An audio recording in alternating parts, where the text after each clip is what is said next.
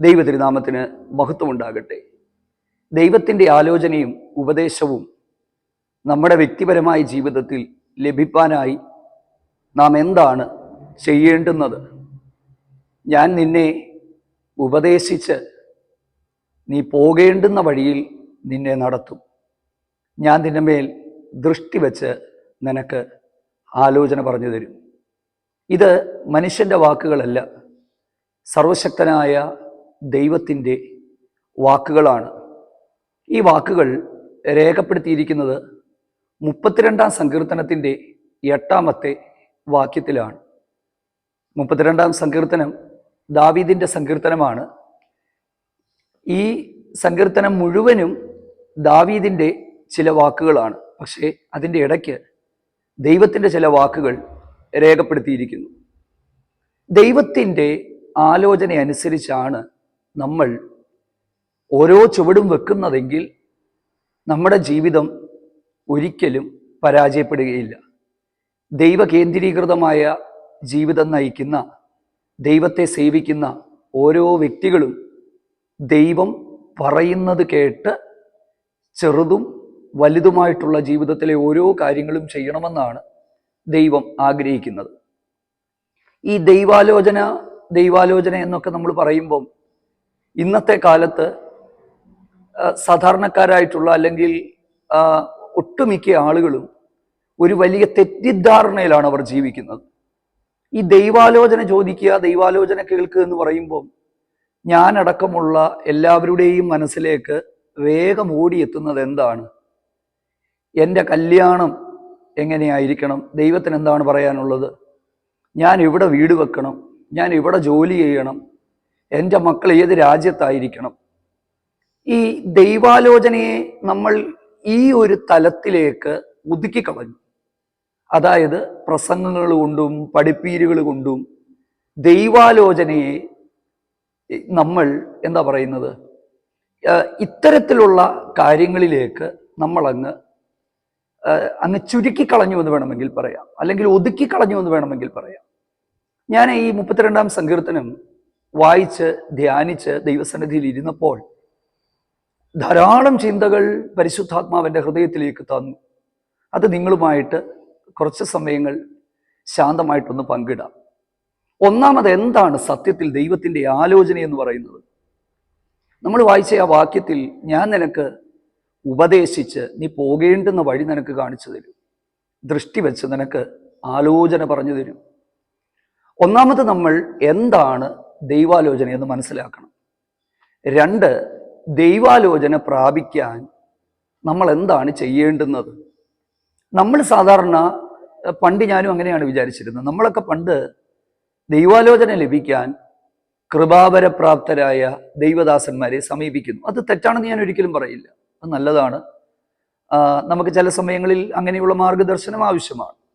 പക്ഷെ അതിനപ്പുറത്തേക്ക് ഈ ദൈവത്തിൻ്റെ ആലോചന നമ്മുടെ കല്യാണത്തിൻ്റെ കാര്യത്തിലും മക്കളുടെ കാര്യത്തിലും വീടിൻ്റെ കാര്യത്തിലും മാത്രമൊന്നുമല്ല, അതെല്ലാം സെക്കൻഡറിയാണ്.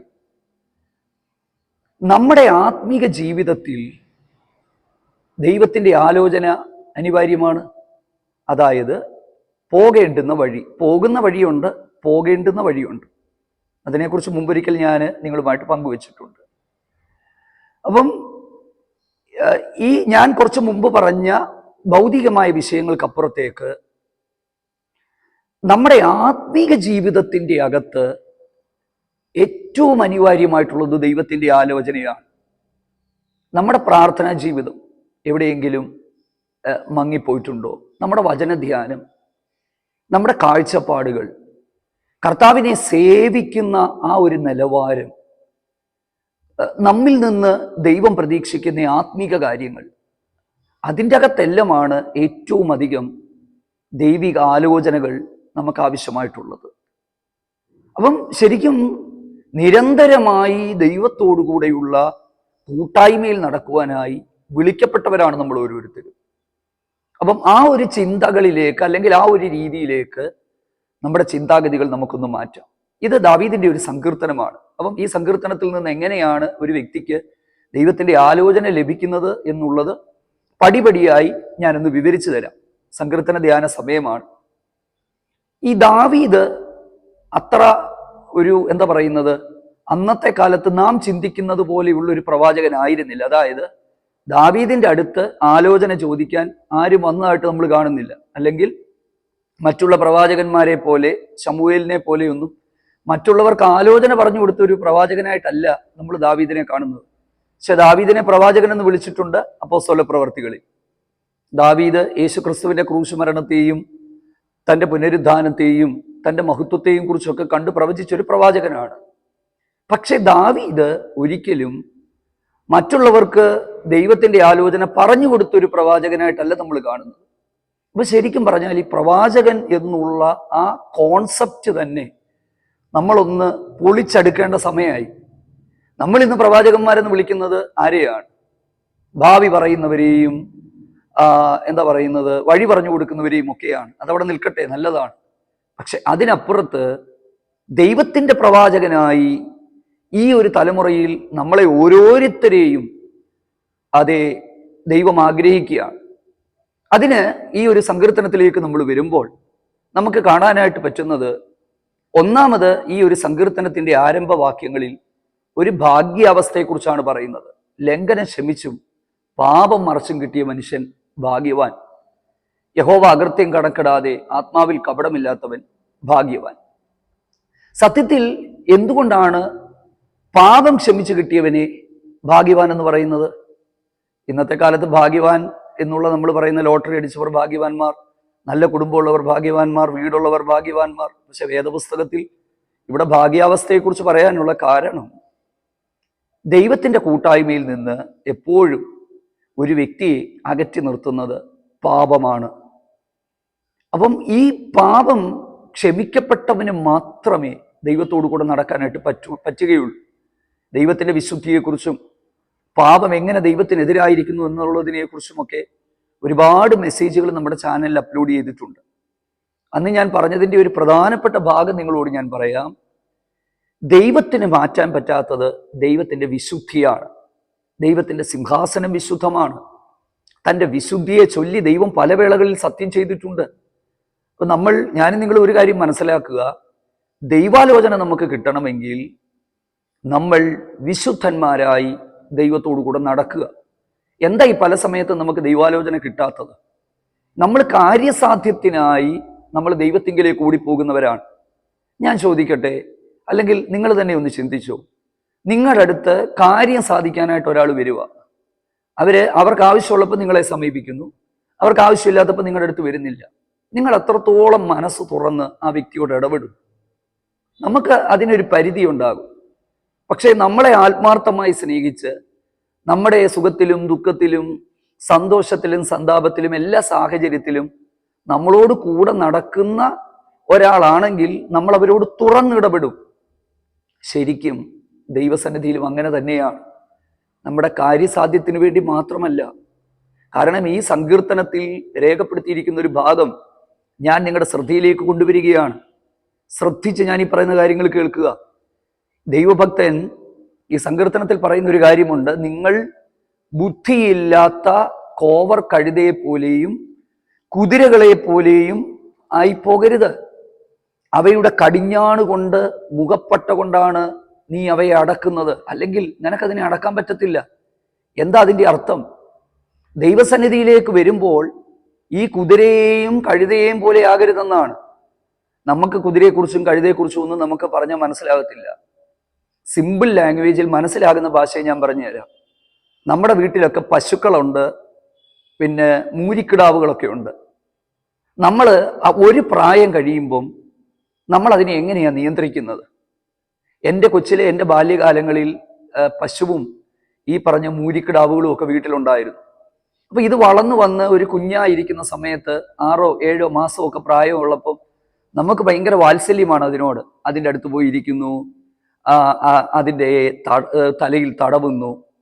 പക്ഷെ കുറച്ച് കഴിയുമ്പോൾ ഒരു വയസ്സൊക്കെ കഴിഞ്ഞ് കഴിയുമ്പോൾ ഈ മൂരിക്കിടാവിനെ ഒരാളെ വിളിച്ചിട്ട് ഇതിൻ്റെ മൂക്കങ്ങ് കിഴിക്കുന്നതെന്ന് നമുക്ക് കൊച്ചിലെ സഹിക്കാൻ പറ്റത്തില്ല. ഞാൻ പലപ്പോഴും എൻ്റെ മാതാപിതാക്കളോട് പപ്പായോടൊക്കെ ചോദിച്ചിട്ടുണ്ട്, എന്തിനാപ്പാ ഇതിനെ ഇങ്ങനെ കിഴിക്കുന്നത്? കാരണം ഒരു വലിയ സൂചി എടുത്തു വെച്ച് ഇതിൻ്റെ മൂക്ക് കിഴിച്ച് കയറിട്ട് കഴിയുമ്പോൾ നമുക്ക് ഭയങ്കര വിഷമോ, എന്തിനാ ഇതിനെ മൂക്കിൽ ഇങ്ങനെ ഇടുന്നത്? അപ്പൊ അപ്പം പറയും, മോനെ ഇതിട്ടില്ലെങ്കിൽ ഇനി നമുക്കിതിനെ നിയന്ത്രിക്കാൻ പറ്റില്ല. ഞാൻ പറയട്ടെ, മൂക്കുകയറിട്ടല്ല ദൈവം നമ്മളെ നിയന്ത്രിക്കേണ്ടുന്നത്. ന്യായവിധിയിലൂടെയും ശിക്ഷാവിധിയിലൂടെയും അടിയിലൂടെയുമല്ല ദൈവം നമ്മളെ നിയന്ത്രിക്കേണ്ടുന്നത്. ഞാൻ പറഞ്ഞത് നിങ്ങൾക്ക് മനസ്സിലായി എന്ന് വിശ്വസിക്കുക. ഈ പഴയ നിയമ ഇസ്രായേലിനെ കുറിച്ച് പറയുന്നവരെ അടിക്കും തോറും അവർ പിന്മാറിക്കൊണ്ടിരുന്നു. അപ്പൊ ദൈവത്തിന് അവർക്ക് മൂക്കേറിടേണ്ടി വന്നു, ദൈവത്തിന് അവരെ ചൂണ്ടലിട്ട് പിടിക്കേണ്ടി വന്നു. ഈ ചൂണ്ടൽ എന്ന് പറയുന്ന പദപ്രയോഗം തന്നെ ഉണ്ട്. ഞാൻ കൊളുത്തിട്ട് ഞാൻ പിടിക്കും, ചൂണ്ടലിട്ട് ഞാൻ പിടിക്കും. അങ്ങനെ നമ്മളെ എന്താ പറയുന്നത്, നമ്മളെ നിയന്ത്രിച്ച് കൊണ്ടുപോകാനല്ല ദൈവം ഒരിക്കലും ആഗ്രഹിക്കുന്നത്. പക്ഷെ പിടിവിട്ടാൽ മൂക്കേറിടേണ്ടി വരും. കാരണം ഈ മൂരിക്കിടാവിൻ്റെയൊക്കെ സ്വഭാവം നമുക്കറിയാമല്ലോ. കുറച്ച് കഴിയുമ്പോഴത്തേക്ക് അത് വരുന്നവനെ ഇടിക്കും, എറിയും, നമുക്ക് കൺട്രോൾ ചെയ്യാൻ പറ്റത്തില്ല. ഞാൻ പറയട്ടെ, ഇങ്ങനെ ബുദ്ധിയില്ലാത്ത കുതിരയെയും കോവർ കഴുതയെ പോലെ ആകാനല്ല ദൈവം നമ്മളെക്കുറിച്ച് ആഗ്രഹിക്കുന്നത്. മനസ്സിലായോ? നമ്മൾ തന്നെ സ്വയം മനസ്സിലാക്കി തിരിച്ചറിഞ്ഞ് ദൈവത്തിന് കീഴടങ്ങി ജീവിക്കണമെന്നാണ് ദൈവം ആഗ്രഹിക്കുന്നത്. അപ്പം ഈ പാപത്തെക്കുറിച്ചും കാര്യങ്ങൾ പറയുകയാണ്. പാപം ക്ഷമിച്ചും കിട്ടിയ മനുഷ്യൻ ഭാഗ്യവാൻ. യഹോവ അകൃത്യം കണക്കിടാതെയും ആത്മാവിൽ കപടവുമില്ലാത്ത മനുഷ്യൻ ഭാഗ്യവാൻ. എന്തുകൊണ്ടാണ് പാപം ക്ഷമിച്ചു കിട്ടിയവനെ ഭാഗ്യവാൻ എന്ന് പറയുന്നത്? അവന് മാത്രമേ ദൈവത്തോടു കൂടെ നടക്കാനായിട്ട് പറ്റുകയുള്ളൂ. നമ്മൾ ഉപവാസം ഇരിക്കുമ്പോൾ എന്താ ചെയ്യുന്നത്? നമ്മുടെ പാപങ്ങൾ ഏറ്റുപറയുകയാണ് ചെയ്യുന്നത്. എൻ്റെ പ്രിയപ്പെട്ടവരെ, ദൈവം നമ്മിൽ നിന്ന് ആഗ്രഹിക്കുന്നത് നമ്മുടെ ശുദ്ധീകരണമാണ്, ഏറ്റുപറച്ചിലാണ്, പാപത്തെ ജയിക്കുക എന്നുള്ളതാണ്. പാപം ചെയ്യുന്നവൻ പിശാചിന്റെ സന്തതിയാണ്, അവന് വീട്ടിൽ വസിക്കാൻ പറ്റില്ല. കർത്താവായ യേശു ക്രിസ്തു കാൽവറി ക്രൂശിൽ തൻ്റെ രക്തം ചീന്തിയത് മാനവജാതിയുടെ പാപത്തിനായിട്ടാണ്. ആ പാപത്തിന് ക്ഷമ നൽകിയിട്ടാണ് ദൈവത്തിന് സ്തോത്രം തൻ്റെ മക്കളാക്കി നമ്മളെ തീർത്തത്. അതുകൊണ്ട് പാപത്തിൽ തുടരാതെ, പാപത്തിൽ വീണുപോകാതെ, ദൈവത്തിൽ നിന്ന് ജനിച്ചവനെ കുറിച്ചൊക്കെ ഞാൻ പറഞ്ഞല്ലോ, തന്നെത്താൻ സൂക്ഷിക്കുന്നു എന്ന് പറഞ്ഞതുപോലെ നമുക്കൊരു ഏറ്റുപറച്ചിലും ഒരു ശുദ്ധീകരണവും ആവശ്യമാണ്. അപ്പൊ ദൈവത്തിന്റെ ആലോചനയ്ക്ക് വിരോധമായി നിൽക്കുന്ന ഒന്ന് നമ്മുടെ പാപങ്ങൾ തന്നെയാണ്. രണ്ടാമത്തേത്, ഈ സങ്കീർത്തനത്തിന്റെ 5 മുതലുള്ള വാക്യങ്ങളിലേക്ക് നമ്മൾ വരുമ്പോൾ, എൻ്റെ പാപം ഞാൻ നിന്നോട് അറിയിച്ചു, ഞാൻ അതൊന്നും മറച്ചു വെച്ചില്ല, ഏറ്റുപറയൂന്ന് ഞാൻ പറഞ്ഞു, അപ്പോൾ നീ എൻ്റെ പാപത്തിന്റെ കുറ്റം ക്ഷമിച്ചു തന്നു. ഒന്ന്, നമുക്കൊരു തിരിച്ചറിവുണ്ടാകും. ചിലരോട് എത്ര പറഞ്ഞാലും അവർക്ക് ആ തിരിച്ചറിവുണ്ടാകില്ല. നമ്മുടെ സ്വയനീതീകരണവും നമ്മുടെ ഈ സെൽഫ് ജസ്റ്റിഫിക്കേഷൻ, അത് ഭയങ്കര ഒരു പാപമാണ് ദൈവസന്നിധിയിൽ. നമ്മൾ ഏറ്റുപറയാത്തിടത്തോളം കാലം ദൈവത്തിന് അത് ക്ഷമിക്കാൻ പറ്റില്ല. നമ്മളത് ഏറ്റുപറയുക. നമ്മൾ ഐ അക്നോളജ് മൈ സിൻ എന്നാണ്. ഞാനത് തിരിച്ചറിയുന്നു, ഞാനതിനെ കൺഫസ് ചെയ്യുകയാണ്, ഞാനതിനെ ഏറ്റുപറയുകയാണ്. ദൈവത്തോടുള്ള ബന്ധത്തിന്റെ അകത്ത് നമ്മൾ ചെയ്യേണ്ടുന്ന ഒരു കാര്യം, നമ്മൾ വീണുപോയത് സമ്മതിക്കുക, ഏതിൽ നിന്ന് വീണിരിക്കുന്നു എന്ന് മനസ്സിലാക്കി മടങ്ങി വരിക. ശമൂവേലേ ശമൂവേലേ ശമൂവേലേ എന്ന് ദൈവം വിളിച്ചപ്പോൾ എപ്പോൾ ശമൂവേൽ ആ ദൈവശബ്ദം കേട്ട് പ്രതികരിച്ചോ, അന്നേരമാണ് ദൈവം അടുത്തത് സംസാരിക്കാൻ തുടങ്ങിയത്. മനസ്സിലായോ? നമ്മൾ വിളിക്കും തോറും അകന്നു പോകുന്നവരായിട്ടല്ല പാപത്തെ ഏറ്റുപറയുക. നാം നമ്മുടെ പാപങ്ങളെ ഏറ്റുപറയുന്നുവെങ്കിൽ യേശുവിൻ്റെ രക്തം സകല പാപവും പോക്കി ശുദ്ധീകരിക്കുന്നതാണ്. അപ്പം പാപക്ഷമയിലേക്ക് വരിക, പാപത്തെ ഏറ്റുപറയുക എന്നുള്ളതാണ് രണ്ടാമത്തെ കാര്യം. ചില തീരുമാനങ്ങളിലേക്ക് നമുക്ക് വരാം. ദൈവത്തിന് എല്ലാ കാലത്തും ആവശ്യം ഒരുക്കമുള്ളവരെയാണ്, സമർപ്പിക്കുന്നവരെയാണ്. അങ്ങനെ ഉള്ളവരെയാണ് ദൈവം വഴി നടത്തുന്നത്. അടുത്തത്, കണ്ടെത്താവുന്ന കാലത്ത് ദൈവത്തെ അന്വേഷിക്കുക. ഇത് വളരെ പ്രധാനപ്പെട്ടൊരു കാര്യമാണ്. കാരണം 6-ാമത്തെ വാക്യത്തിൽ എഴുതിയിരിക്കുന്നത്, ഇത് നിമിത്തം ഓരോ ഭക്തനും കണ്ടെത്താവുന്ന കാലത്ത് നിന്നോട് പ്രാർത്ഥിക്കും. ഞാൻ ഈ പറയുന്ന കാര്യങ്ങൾ വളരെ ശ്രദ്ധിച്ചു കേൾക്കുക. നമ്മുടെ ജീവിതത്തിൽ പലപ്പോഴും നമ്മൾ ഒരു കുരുക്കിൽ പോയി അകപ്പെട്ടിട്ടാണ് ദൈവാലോചന ചോദിക്കുന്നത്, അല്ലെങ്കിൽ ദൈവത്തിൽ ആശ്രയിക്കുന്നത്. ഞാൻ പറയുന്നത്, പ്രശ്നമുണ്ടായി ആ പ്രശ്നത്തിൽ നിന്ന് പുറത്ത് വരാൻ ശ്രമിക്കുന്നതിനേക്കാൾ അതിനു മുന്നേ നാം ദൈവത്തിൽ ആശ്രയിക്കുക. പക്ഷെ പല സമയങ്ങളിലും ഇത് സംഭവിക്കാറില്ല എന്നുള്ളതാണ് സത്യം. കണ്ടെത്താവുന്ന കാലത്ത് ദൈവത്തെ അന്വേഷിക്കുക എന്ന് പറഞ്ഞാൽ എന്താ? എപ്പോഴും ദൈവത്തെ കണ്ടെത്തണമെന്നില്ല. അതിൻ്റെ അർത്ഥം ദൈവമില്ലെന്നല്ല, സാഹചര്യങ്ങൾ നമുക്ക് അനുകൂലമാകണമെന്നില്ല. ഞാൻ പറയട്ടെ, നമുക്ക് പ്രാർത്ഥിക്കാൻ എപ്പോഴും സമയം കിട്ടിയെന്ന് വരത്തില്ല. നമുക്ക് ആരാധനയ്ക്ക് പോകാൻ എപ്പോഴും സമയം കിട്ടിയെന്ന് വരത്തില്ല. ബൈബിള് വായിക്കാൻ എപ്പോഴും സമയം കിട്ടിയെന്ന് വരത്തില്ല. പറ്റിയെന്ന് വരില്ല. കണ്ണിന് കാഴ്ച ഉള്ളപ്പോൾ വായിക്കാം. കണ്ണിന്റെ കാഴ്ച പോയാൽ എന്ത് ചെയ്യും? വീട്ടിലിരിക്കുമ്പോൾ പ്രാർത്ഥനയ്ക്ക് പോകാം. ആശുപത്രി കിടക്കുമ്പോൾ പ്രാർത്ഥനയ്ക്ക് പോകാൻ പറ്റുമോ? കൈ ഉയർത്തി ദൈവത്തെ മഹത്വപ്പെടുത്തുവാൻ കൈകൾക്ക് ബലമുള്ളപ്പോൾ മഹത്വപ്പെടുത്താം. കൈ ഉയർത്താൻ പറ്റാത്തൊരു സമയത്തോ? കണ്ടെത്താവുന്ന കാലം, ഇത് വളരെ പ്രധാനപ്പെട്ടൊരു കാര്യമാണ്. കൊരിന്ത്യ ലേഖനത്തിൽ എഴുതിയിരിക്കുകയാണ്, ഇപ്പോഴാകുന്നു സുപ്രസാദ കാലം, ഇപ്പോഴാകുന്നു രക്ഷാദിവസം. ഞാൻ പറയാം, നാളെ നാളെ നാളെ നാളെ എന്ന് നീക്കി വെക്കാതെ ഇന്ന് തന്നെ ചില തീരുമാനങ്ങളിലേക്ക് വരാം. ചിലർ പറയും, ഓക്കെ, ഈ മദ്യപാനികളായി ചിലർ പറയുന്നത് ഞാൻ കേട്ടിട്ടുണ്ട്, ഈ മാസം കൂടെ ഞാൻ അങ്ങ് കുടിക്കുക, അടുത്ത മാസം നിർത്താം. ഇതൊരു 10-15 കൊല്ലമായിട്ട് അവർ തുടരുന്നൊരു കാര്യമാണ്. അപ്പം അടുത്ത ദിവസങ്ങളിലേക്ക് മാറ്റുകയല്ല. ഈ ദൈവവചനം കേൾക്കുമ്പോൾ വചനത്തിലൂടെ പരിശുദ്ധാത്മാവ് നിങ്ങളോട് സംസാരിക്കുന്നുവെങ്കിൽ, പ്രിയപ്പെട്ടവരെ, ഞാൻ പറയട്ടെ, തീരുമാനങ്ങളിലേക്ക് വരിക. കണ്ടെത്താവുന്ന കാലത്ത് ദൈവത്തെ അന്വേഷിക്കുക. നിന്റെ യൗവനകാലത്ത് നിന്റെ സൃഷ്ടാവിനെ ഓർത്തുകൊള്ളുക. ദുർദിവസങ്ങൾ നിനക്ക് വരും. കയറ്റത്തെ പേടിക്കും, വഴിയിൽ ഭയം തോന്നും, ബദാം വൃക്ഷം പൂക്കും, മുടി നരയ്ക്കും, രോചനക്കുരു ബലിക്കാതെ വരും എന്ന് പറഞ്ഞാൽ ദഹനക്കേടുകൾ ഉണ്ടാകും, അരയ്ക്കുന്നവർ ചുരുക്കമാകും. യൗവനകാലത്ത് നിന്റെ സൃഷ്ടാവിനെ ഓർത്തുകൊള്ളുക. കണ്ടെത്താവുന്നൊരു കാലത്ത് ദൈവത്തിന് സ്തോത്രം. എപ്പോഴും അതുണ്ടായെന്ന് വരത്തില്ല, എപ്പോഴും അവസരം ലഭിച്ചെന്ന് വരില്ല. ഈ മാനസാന്തരപ്പെടാൻ പോലും ദൈവം കൊടുക്കുന്ന ഒരു അവസരമുണ്ട്. ഞാൻ അതിലേക്ക് പോകുന്നില്ല. ഈ തുയത്തൈരയിലെ സഭയോട് പറയുന്നതാണ്, ഇസബേലിനെ കുറിച്ച് പറയുന്നത്, ഞാൻ അവൾക്ക് മാനസാന്തരപ്പെടാൻ സമയം കൊടുത്തു, എന്നിട്ടും അവൾക്ക് മടങ്ങി വരാൻ മനസ്സില്ല.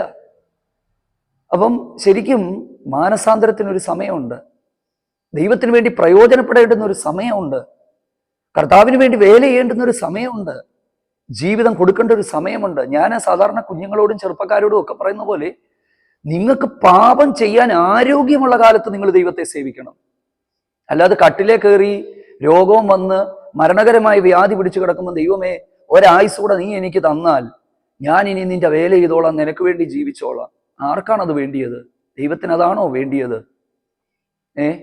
നമ്മളെല്ലാം ഒടിഞ്ഞ് തകർന്ന് ആരോഗ്യം ക്ഷയിച്ച് എന്താ പറയുന്നത്, ജീവിതത്തിലെ എല്ലാ നല്ല കാലവും കഴിയുമ്പം നമ്മൾ പറയുക, ഇനി ഞാൻ ജീവിച്ചോളാം. ആർക്കാ വേണ്ടിയത്? അല്ല, നല്ല ആരോഗ്യമുള്ളപ്പം, പാപം ചെയ്യാൻ കരുത്തുള്ളപ്പം, കയ്യിൽ പണം ഉണ്ടായി എല്ലാം ചെയ്യാൻ സൗകര്യമുള്ളപ്പം, അന്നേരം വേണം ദൈവത്തെ സേവിക്കാൻ. അതാണ് ദൈവത്തിന് ഇഷ്ടം. കണ്ടെത്താവുന്ന കാലത്ത് ദൈവത്തെ അന്വേഷിക്കുക. ദൈവത്തിന് സ്തോത്രം. കർത്താവിൻ്റെ വരവും അങ്ങനെ തന്നെയായിരിക്കും. ഒരുങ്ങാനുള്ള സമയമൊന്നും കിട്ടിയെന്ന് വരത്തില്ല. വയലിലിരിക്കും, പിന്നെ ഇരിക്കുന്നവന് തിരിച്ചു വരാൻ പോലുമുള്ള സമയം കിട്ടില്ല. അങ്ങനെ ഒരു കാലത്തെക്കുറിച്ചാണ് വചനം പറയുന്നത്. നമ്മളെ തന്നെ നമുക്കൊന്ന് ഒരുക്കാം. അടുത്തത്, പെരുവെള്ളം അവൻ്റെ അരികിൽ വരുമ്പോൾ ഒരിക്കലും അത് അവനെ അടുക്കലോളം എത്തുകയില്ല. നീ എനിക്ക് മറവിടമാകുന്നു, നീ എന്നെ കഷ്ടത്തിൽ നിന്ന് സൂക്ഷിക്കും. എൻ്റെ പ്രിയപ്പെട്ടവരെ, കണ്ടെത്താവുന്ന കാലത്ത് ദൈവത്തെ അന്വേഷിച്ച് പാപത്തെ ഏറ്റുപറഞ്ഞ് നടക്കുന്നവന് ദൈവത്തിൻ്റെ സംരക്ഷണമുണ്ട്. അവനെയാണ് ദൈവം കഷ്ടത്തിൽ നിന്ന് സൂക്ഷിക്കുന്നത്. അവനോടാണ് ദൈവം ആലോചന പറയുന്നത്. അടുത്ത വാക്യമാണ് ദൈവത്തിൻ്റെ ശബ്ദം, ഞാൻ നിന്നെ ഉപദേശിച്ച് നീ പോകേണ്ടുന്ന വഴി നിനക്ക് കാണിച്ചു തരും. ദൃഷ്ടി വെച്ച് ആലോചന പറഞ്ഞു തരും. ഏത്? ഈ 8 വാക്യങ്ങൾ പഠിക്കണം. പാപമേറ്റു പറയുക, ദൈവത്തിൽ ആശ്രയിക്കുക, ദൈവത്തെ കണ്ടെത്താവുന്ന കാലത്ത് അന്വേഷിക്കുക. ഓട്ടോമാറ്റിക്കലി ദൈവശബ്ദം ഉണ്ടാകും. അനുഭവങ്ങളിൽ നിന്നാണ് ഞാൻ പറയുന്നത്. കാര്യസാധ്യത്തിനായിട്ട് പ്രിയരെ, ഒരിക്കലും നാം ദൈവത്തെ സേവിക്കരുത്. ദൈവത്തിൻ്റെ വഴികളിൽ നടക്കുന്നവന് പോകേണ്ടുന്ന വഴികളിൽ ദൈവം അവനെ നടത്തും. യോഹന്നാന്റെ ലേഖനത്തിൽ പറയുകയാണ്, അവനാൽ പ്രാപിച്ച അഭിഷേകം നിങ്ങളിൽ ഇരിക്കുന്നു, ആരും നിങ്ങളെ ഉപദേശിച്ചു തരേണ്ട ആവശ്യമില്ല. പരിശുദ്ധാത്മാവിനെ കുറിച്ച് പറയുന്നത്, വഴി നടത്തുന്ന, സത്യത്തിൽ വഴി നടത്തുന്ന പരിശുദ്ധാത്മാവാണ്. വഴി കാണിച്ചു തരുന്ന പരിശുദ്ധാത്മാവാണ്. വഴിയില്ലാതെ ഇരിക്കുമ്പോൾ ആത്മാവിൽ ജീവിക്കുന്ന ഒരു ദൈവവൈതലിനെ സംബന്ധിച്ച് ഒരു ഭാരത്തിന്റെയും ആവശ്യമില്ല. ആത്മാവ് വഴി നടത്തും. അന്നേരം അയ്യോ എല്ലാം പോയി എന്ന് പറഞ്ഞ് വിലപിക്കേണ്ട ആവശ്യം വരത്തില്ല. ഞാൻ പറയാം, കണ്ടെത്താവുന്ന കാലത്ത് ദൈവത്തെ അന്വേഷിക്കുക. ഒരു കാര്യം ഉറപ്പാണ്, പരമാർത്ഥതയോടും വിശ്വസ്തയോടും ആരോഗ്യവും അതേ ബലവും സമ്പത്തുമുള്ള കാലത്ത് ദൈവത്തെ സേവിച്ചാൽ, ബലഹീനനാകുമ്പോൾ, വഴിയടയുമ്പോൾ, ആരും സഹായിക്കാനില്ലാതെ ഇരിക്കുമ്പോൾ ആ ദൈവത്തിൻ്റെ കരം ഇറങ്ങി വരും. ഉറപ്പുള്ളൊരു കാര്യമാണ്. ഞാൻ പറയാം, ശലോമോനോട് പോലും പലതവണ ദൈവം പറഞ്ഞു, നിന്റെ അപ്പനായ ദാവീദിനെ ഓർത്തിട്ടാണ് ഇത് നിന്നോട് ചെയ്യുന്നത്.